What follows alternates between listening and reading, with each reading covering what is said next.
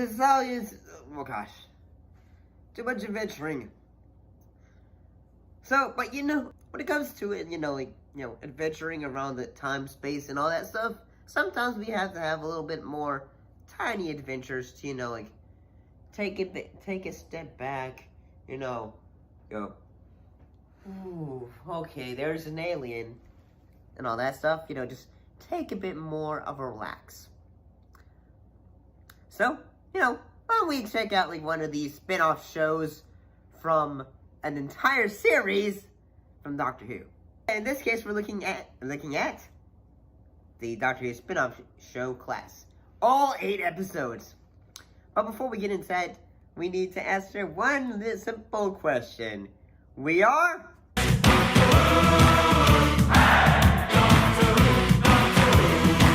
for you. So, let's get started.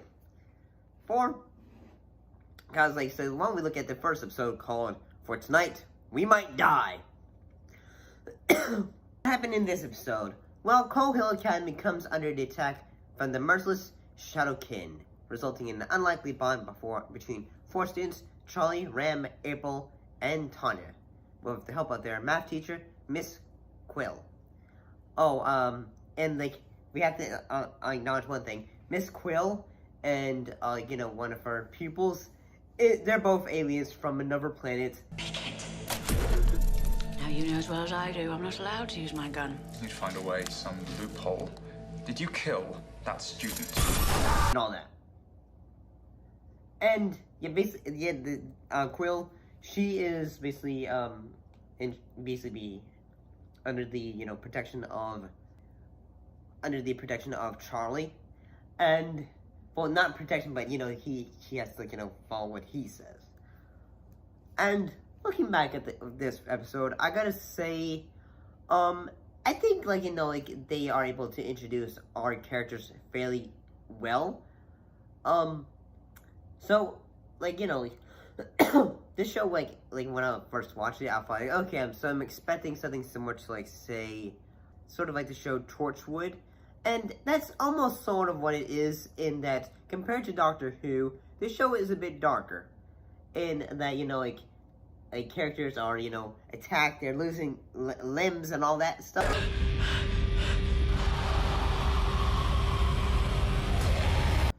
And, judging the first episode, yes, we are, introduced to our characters, yes, and at times I find the episode kind of exciting. And I do think, as, when you're watching the show, one reason why you're watching it is because, because, this is connected to Who. And, but when, when Peter Capaldi, the 12th Doctor, appears, and you're going, oh, awesome! The 12th Doctor appears, and then you think, oh, okay, this is gonna be exciting. But then he only appears at the end of the episode, and then he's just basically saying, okay, I need you 4 students to protect this skull. And along with you, Miss Quill. Prince. You have committed a crime and you will be punished. No, I was a freedom fighter for my people. We were repressed. That isn't the crime that I'm talking about. You need to watch out for them. And, yes, at first you feel maybe they can get Capaldi to return again. No, he does not ever come back again. One of the storylines that, is rather prevalent through the rest of this series, is that the character of Ram, who likes to play soccer, he ends up getting hurt in the in the first episode, but he's able, get a prosthetic leg. At least, that's how I see it. And, basically he's trying to be able to play soccer again, because that's what he's really passionate about. I mean, football. And, judging the first episode, is this in the first episode, huh? Yes, I think it gets you interested in thinking, yes, I'm fairly intrigued, and all that. I can't. You leave. Or you die. And yes, I feel the characters are just, They are intriguing. They get you interested in the world that the show is building, and especially the antagonists and all that.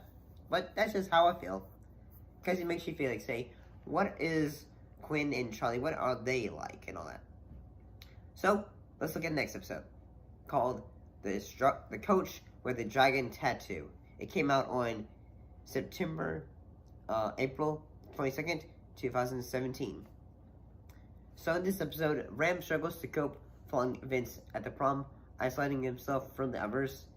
But when the school is faced with a dreadful new threat, the gang must unite to try to fight it. And this basically what it's trying to basically like say one thing that is real is like say a portal is at the school, and at every episode something that comes out of it that is basically a monster of the week sort of vibes. And in this episode, it's basically a dragon or something like that basically launches onto the school's coach, and some sort of accident when she traveled here, but she was trapped on me, on my skin, and suddenly I had dragon blood running. Ends up basically, basically whenever like the coach is wanting to like say, haha, I want my dragon tattoo to feed off of you and all that. I guess, yeah. I think that this episode in a way helps set the tone for it, in that yes, there are going to be moments of this show where it can be violent, like when like a school worker ends up getting killed off along with the principal. There can be some silly moments, like in that Quill, she ends up meeting like another teacher who seems to be just who she thinks is just trying to either like get rid of her or something like that, but that doesn't seem to be the case. I think like the thing that makes you think like, I really think like the coach is like, I think he's just extremely hard on these kids, and it just makes you feel like, say, wait, yes, at the same time he is a bit of a victim in the fact that, he's got these tattoos on his back that are like, alive, and you just say, wait, should I feel sympathy for this character? And at the same time I feel like, I don't know, I don't feel like I should, because like, he just seems like a very unlikable character. And Game isn't built on niceness. I don't want it to be. Good. There is no third team, if you get my meaning. yeah, as this episode goes on, like, like Rom's trying to do better at playing the game and all that, getting his leg games back to better and all that. It's an alright episode, I guess. It's the special effects for it are fairly good when it comes to all the creature designs. Let's look at the next episode. Visiting. Like it came out on April 29th, 2017.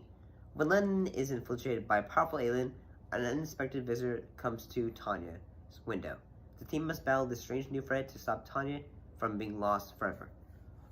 Basically, like in this episode, basically the entire town is covered in, like say almost like vines that are all connected, in that, like say if someone passes away, they've been brought back to life, such as Quinn's sister, Tanya's father, who is basically the one who says like say, hey, come with me, my child, and all that, but it's all not really them. Sort of like say, hey, like, basically the vines and the whips are trying to gather someone that they can be really close to pick one, in a way, take with them. Yeah, I thought this, I thought this episode was pretty good. Like, looking back, I thought the dramatic moments of, like, say, for Tanya, and that she is still trying to, like, basically this day is basically, like, the anniversary of the passing of her father, and at the same time she's coming to grips of, like, say, could it be my dad, could it not be, and all that. I think those are, like, say, story elements pretty good, and you kind of feel bad for her, the character, and you kind of like say you want her to, but at the same time you feel like saying, no girl, you need to let go, you need to move on, and all that. And this is the episode in which you learn that Charlie is gay, and at the same time, like, yeah, there is a moment where it's like, say there is some makeout action and all that, and you just feel like saying, okay, and all that. But at the same time, it's like, hopefully this doesn't just become his whole character. And honestly, looking back, I don't think it does. But I think like when it comes to the dramatic aspects of this episode, it's all fairly well done.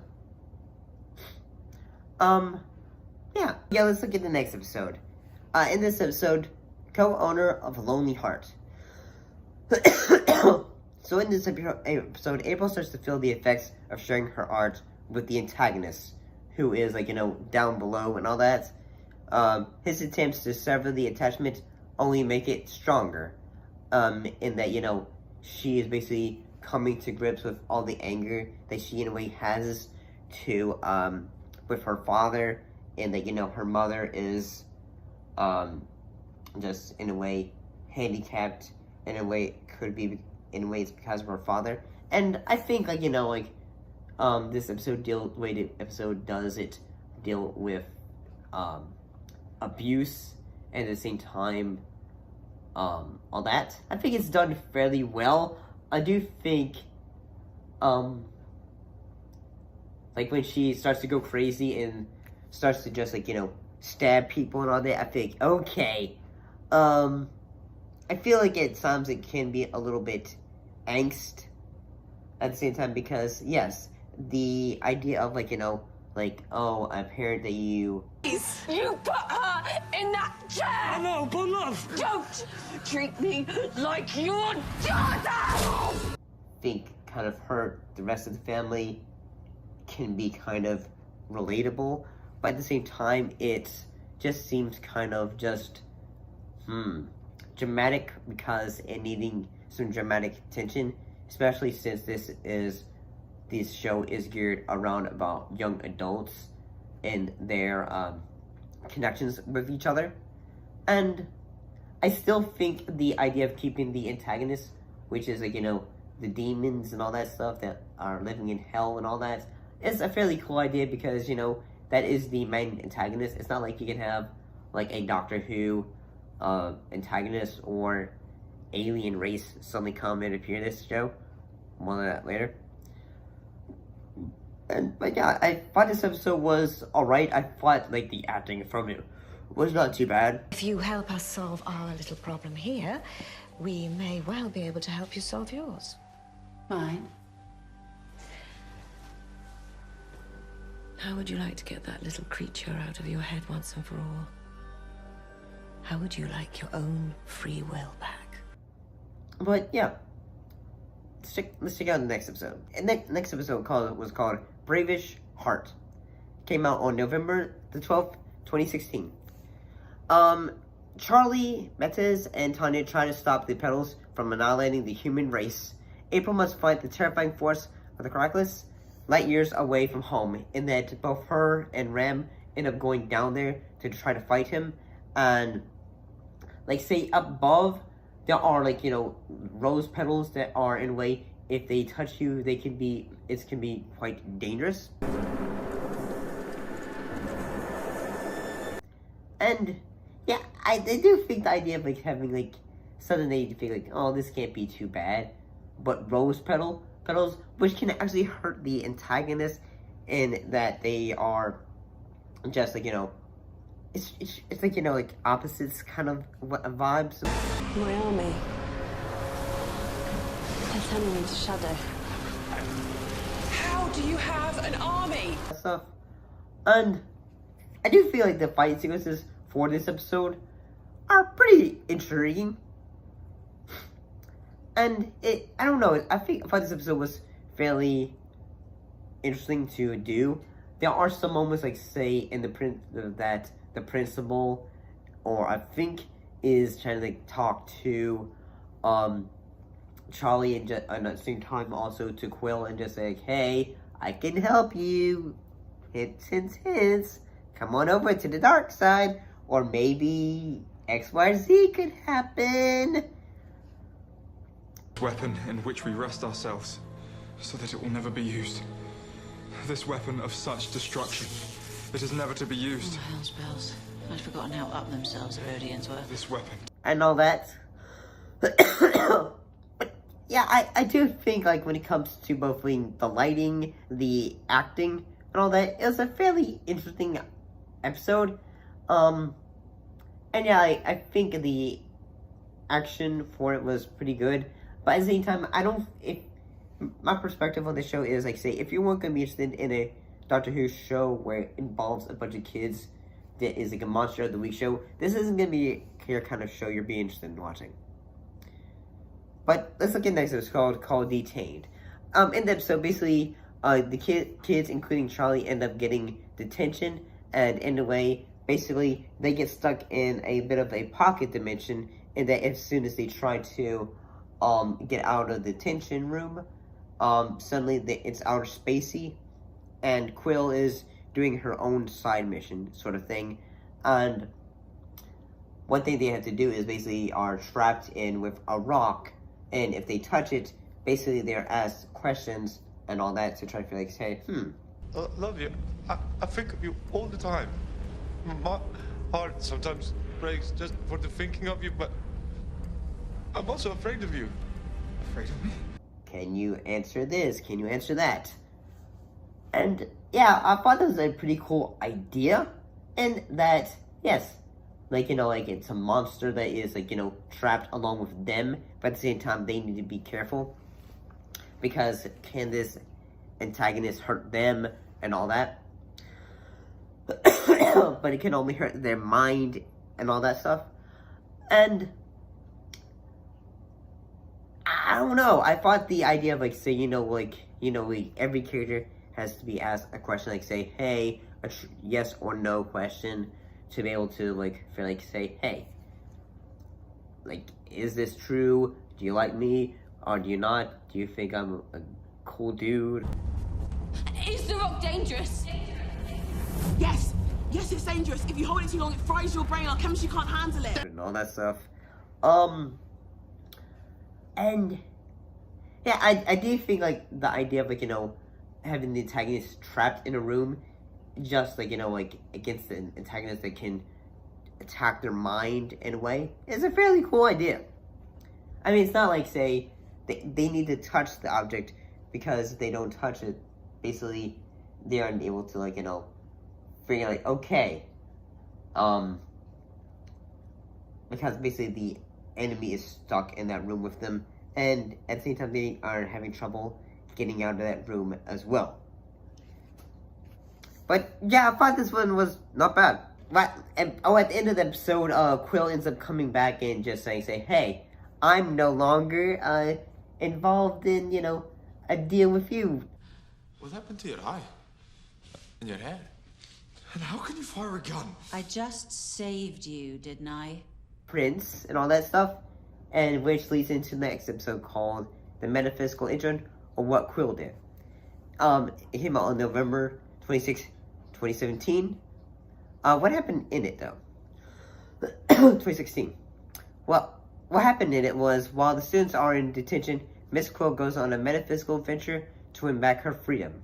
Because what she needs to do is needs to get a thing that is trapped in her eye out. Get out!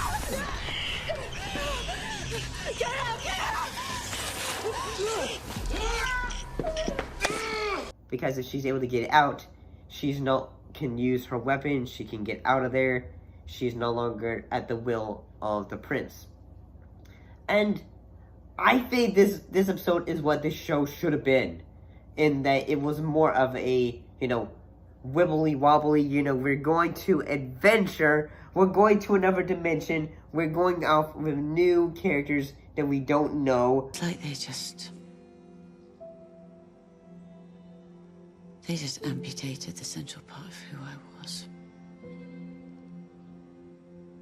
Who I am. You were frozen too. I'm sorry. we are just having like, you know, spotlighting a character like, say, Miss Quill, who was a pretty cool character whenever she has a chance to be in the show. And I don't know, I feel like, say, at the same time, like, you know, you get kind of tired of watching the kid characters, and you just like say, can we see what Miss Quill's doing? Because, I don't know, I think the idea of, like, you know, an alien pretending to be a teacher, and at the same time, I don't know, I think when she was having, like, moments of shenanigans, but at the same time when she is just having more character development, like, in this episode, it's like, she ends up creating a bond between one of her travel adventure friends.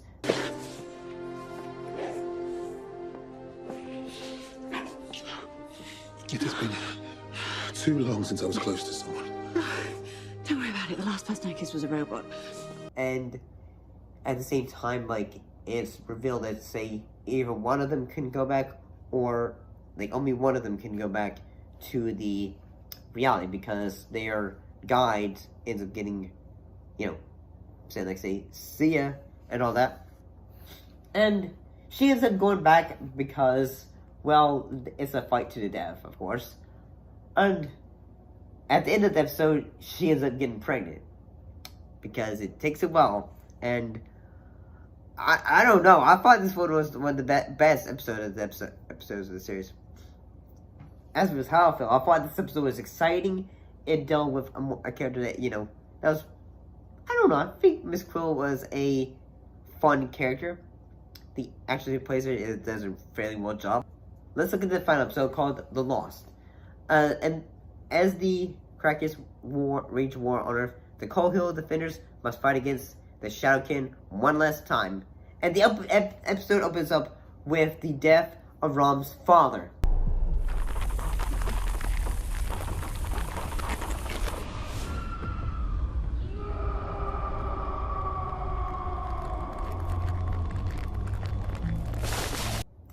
So that is one way to, like, say, okay, the kids need to make sure everything goes well for them.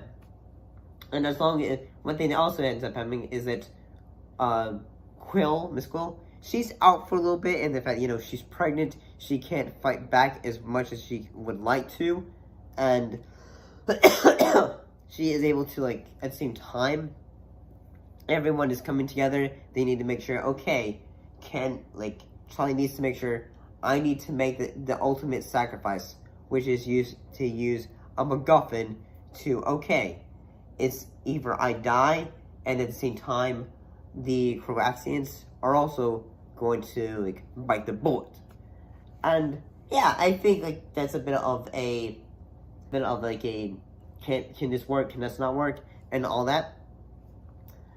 But I think the way the episode ends is, I can fairly say, uh-oh, season 2, and all that, because sadly, this show failed hard, in that, like, one of the things, basically, it's revealed that, you know, like, the principal, or the head person of the school, basically say, no, don't let me get in trouble, because one thing that's revealed in this series is there is a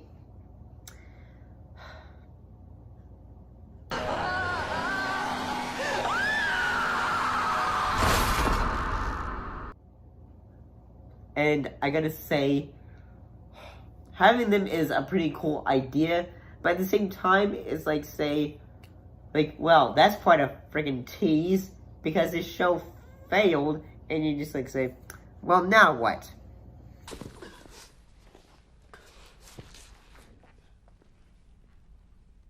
Why is everyone looking at me like that?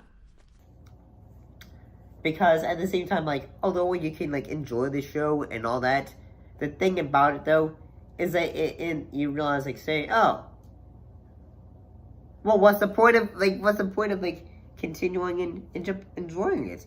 Because you end up realizing, say, the show ended up failing because the show ended up not getting another season, so, yeah. Does this show end up in a, like, if you were to, like, say, hey, in a way, like, do you like it or not? I think as if I was to say this is a show that is a monster week, you can like it like that, and all the dramatic elements of, like, you know, being a defenders of a universe and, you know, coming to grips with life and all that. It's a fairly intriguing idea, but at the same time, it's like, you know, you are connected to the world of Doctor Who. The thing that makes you feel like, say, although, you know, you are connected to have the antagonist, which is a alien from hell and all that, but at the same time, you feel like, say, you eventually get kind of a little bit tired of them, because, like, you know, I don't know. You eventually feel like, say, can we please have something like a interesting villain from the, you know, this universe? I don't know. That's just what I think. I think this show has, as a concept, it was fairly intriguing, but at the same time, I feel like it didn't really end in a, yes, like, it's fan servicey, you know, like the Weeping Angel and all that stuff is pretty cool, but at the same time, you wonder, like, say, what's up with that shadowy group that's part of the school and all that? What's up with all this? And you're just like saying, oh man. You're just like kind of sad because of what if, but at the same time you're thinking like, say, well, I don't, like, you know, judge people for not wanting to be interested in this show, because at the same time, like, you know, you're watching it, but at the same time you're like, say, okay, just a few more minutes until this episode's over, kind of deal. That's just how I feel about it. This show is just something that in between that, you know, you kind of like wish it had gotten a season 2, but at the same time you wish it had changed quite a lot. And I've been kind of rambling quite a long time. See you next time. I need to get out of here, guys. Or maybe I'm just gonna get back to sleep.